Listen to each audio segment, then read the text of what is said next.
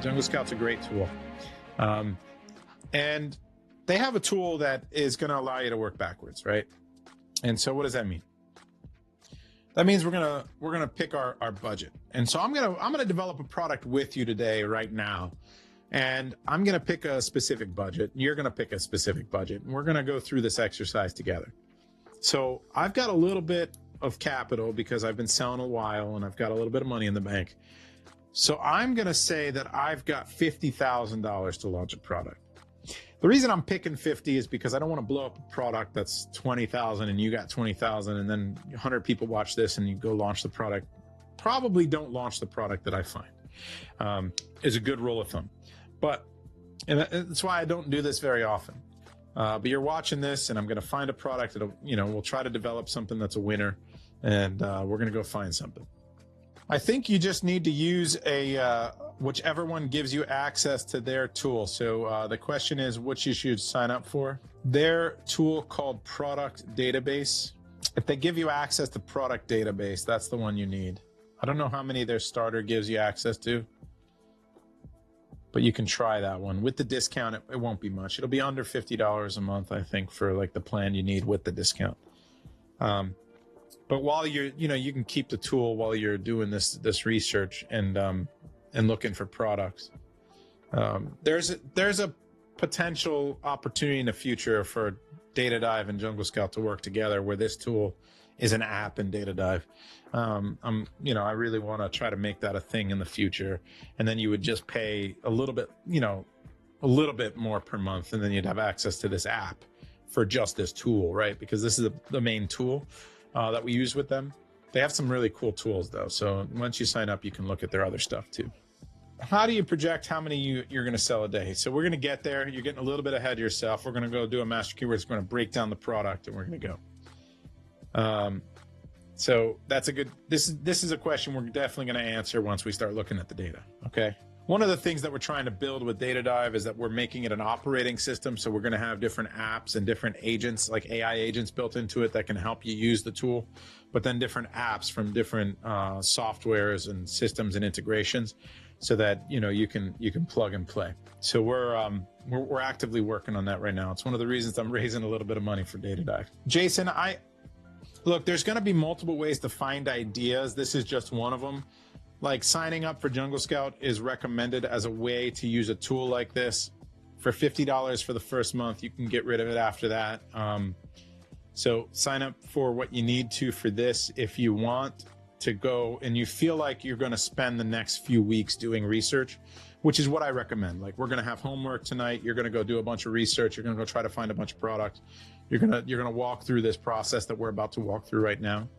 And then at the end of the month, like if you don't need it anymore, you've already found your products and you don't have a budget moving forward, you can get rid of the Jungle Scout subscription for a period of time until you're ready to do research again, type of thing, right? So I got $50,000. Let me look at my matrix again. Let me find something cool here. So I'm going to look, I'm going to pull up my matrix and I'm going to work backwards from that matrix, right? So I got 50,000. Where does that put me? Let's see here. I've got something that's $50 and only selling here. So I got to go in this line right here. I'm going to be in this yellow, like orangish yellow. And we color coded it with this gradient so that you can kind of follow where you need to go. So I'm in this. I want something moving fairly quickly too. Maybe 30 units a day. Selling almost 1,000 units a month. That sounds good, right? So 30 a day is 900 a month. That's pretty good. So I want something selling about 1,000 units a month. That means I need to land it for $10. I want something more expensive though. I want something more expensive, something that's going to be a little bit of a barrier to entry, something that scares people away a little bit. So maybe something landed at $18. Selling 15 or 20. How about this? Like $15 landed. So that means, I'm gonna use a simple rule here. If it's more than $10 landed, it needs to be selling for at least 4 times the price. Now that's for a standard product, not an oversized product. Oversized product's going to cost you a little bit more to fulfill it. So you're going to have higher FBA fees.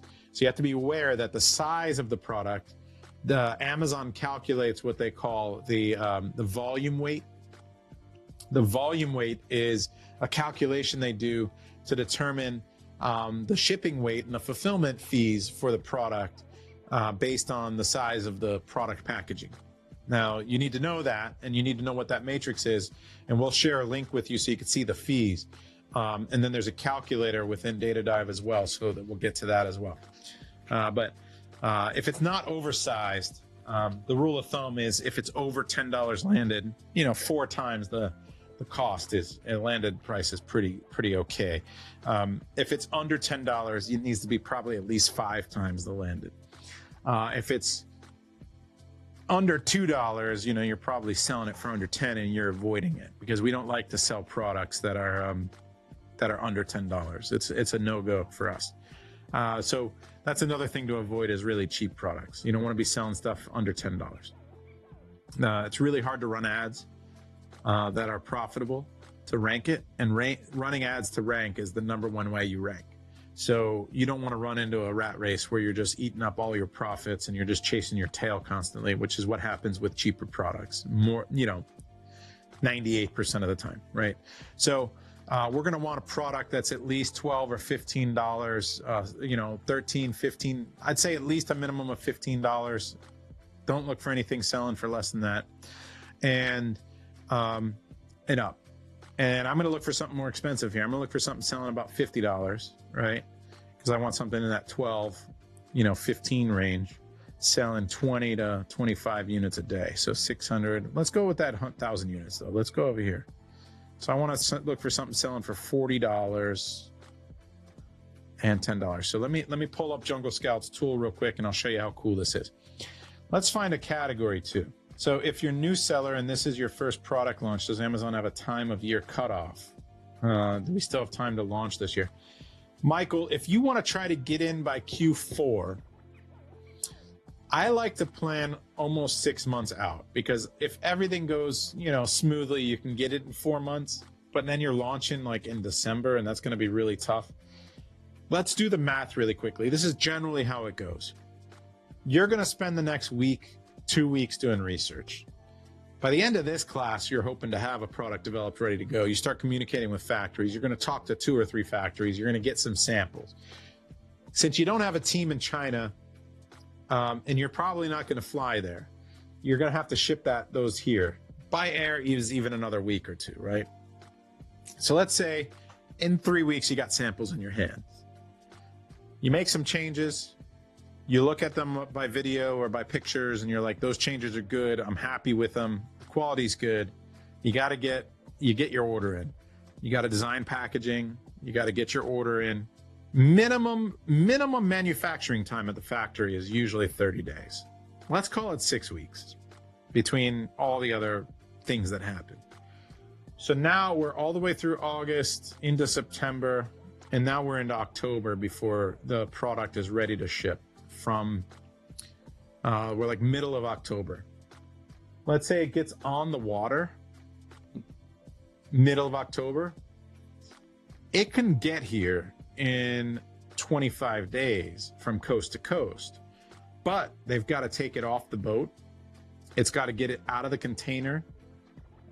It's got to get over to, if you ship it directly to Amazon, it's got to get to Amazon's warehouse. Amazon's got to unpack it, check it in, and ship it across the country to all their fulfillment houses.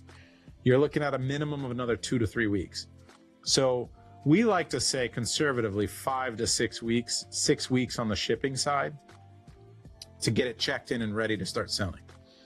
So now you're in December 1st. So you're past the deadline now for a product, really, that you want to launch, because you got 2 good weeks of sales there. Like, you can launch something and it's going to fly for Q4 if it's a giftable product, right? And you can crush it if everything goes perfect, right? The odds of everything going perfect is tough. You're really, really pressing. So I'd be aiming for January, February right now, to be conservative. Now, if you really want to take some time and develop this and give yourself a good 6 months, now you're looking at, maybe some spring products. You're looking at some, maybe winter products. It might not, you get them in there by middle December, January. You got some products that can start to sell really well in January, February for winter. But that's really seasonal, and we're going to talk about seasonal products too, because then you got to make sure you get it in there, and your inventory, you got to manage your inventory well, because demand goes way down once the season's over. So there's a lot of things to start thinking about. I would say for everyone taking and watching this class right now, I mean, it's the recording of this class, depending on when you're watching it. Right now, we're in August. Probably too tight to make 2025, right? So start thinking winter, spring, next year. Now, if you do a fitness product, Michael, think about it this way. Here are the main seasons. This is a really good point. I want everyone to take note of this. You have holidays like giftable holidays, Mother's Day, Father's Day. You have national holidays, 4th of July, Valentine's Day, I would consider like a national holiday.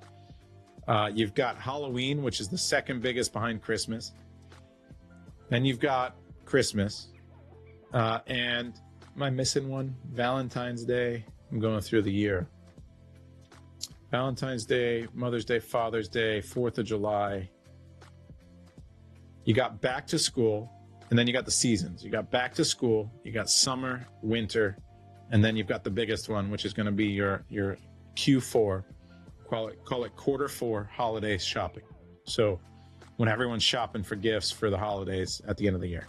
Now, Andy says Q4 is always bad for startups, and Q1, Q2 is easier for lower PPC and not so aggressive. Now, depending on your budget, that's true. I like launching into a holiday because your conversion rates are high, and you can really launch a product, get a lot of reviews, and move a lot of units. And so if you kind of know what you're doing a little bit, and you follow the right strategies, you got the right person holding your hand, launch it. If this same product, if this was a month earlier, right? If it was the beginning of July instead, I'd say, let's go. Launch into Q4. You're going to get this stuff in there in the beginning of November. It's perfect. You're getting it in there. You're getting established. You're going to start running ads, and then Black Friday comes, Cyber Monday comes. You're going to crush Q4, right? And you should establish a really good product. We're a little too late for it. So I don't mind launching into there. So just think about the holidays and always be thinking 6 months in advance for your product development. That's the rule of thumb that I like to go by. All right. And I'm going to show you on a chart in Data Dive the different spikes for the holidays, depending on the product I end up picking, because we look at the search demand over the years. Like we look at Google history and search history, and we look at search history on Amazon. We look at sales spikes as well. So we're always looking for seasonality, because that's really important for us, because we need to plan our inventory. And if we know when our inventory is going to arrive, we need to be able to make sure we have enough for that season and not run out of stock. And if we're going to miss that season, or we're in the middle of the season, we're analyzing it, we need to know that, because we might think it's moving, like I'm looking for something moving 30 units a day, but right now might be a holiday or a peak season. So my data is skewed to today, but then by the time my stuff arrives, maybe it's only selling 5 a day, and then I'm stuck with a bunch of inventory. So you have to be thinking about all these different things as well. All right. Hopefully that helps. All right. Let me get some ideas. What category should I do? Should I do sports and outdoors? Should I do home and kitchen? Should I do garden? Automotive, tools? All right. Lorena is my Miami connection. I saw a couple people say tools. I'm going to go with tools. Let's go tools. You know why I'm going to go tools? One of the first wholesale products I did, because my parents owned a wholesale construction supply company, was tools. I went back to my reps at DeWalt, Makita, and Milwaukee, and I cut a really good deal with them to buy a bunch of units of tool sets. And then what they would do is if I committed to buying at least 20 sets or 25 sets, they would give me a free battery. So I would make a little bit of money on each set, very little, but I'd make all that battery as profit. So that was always really, really good.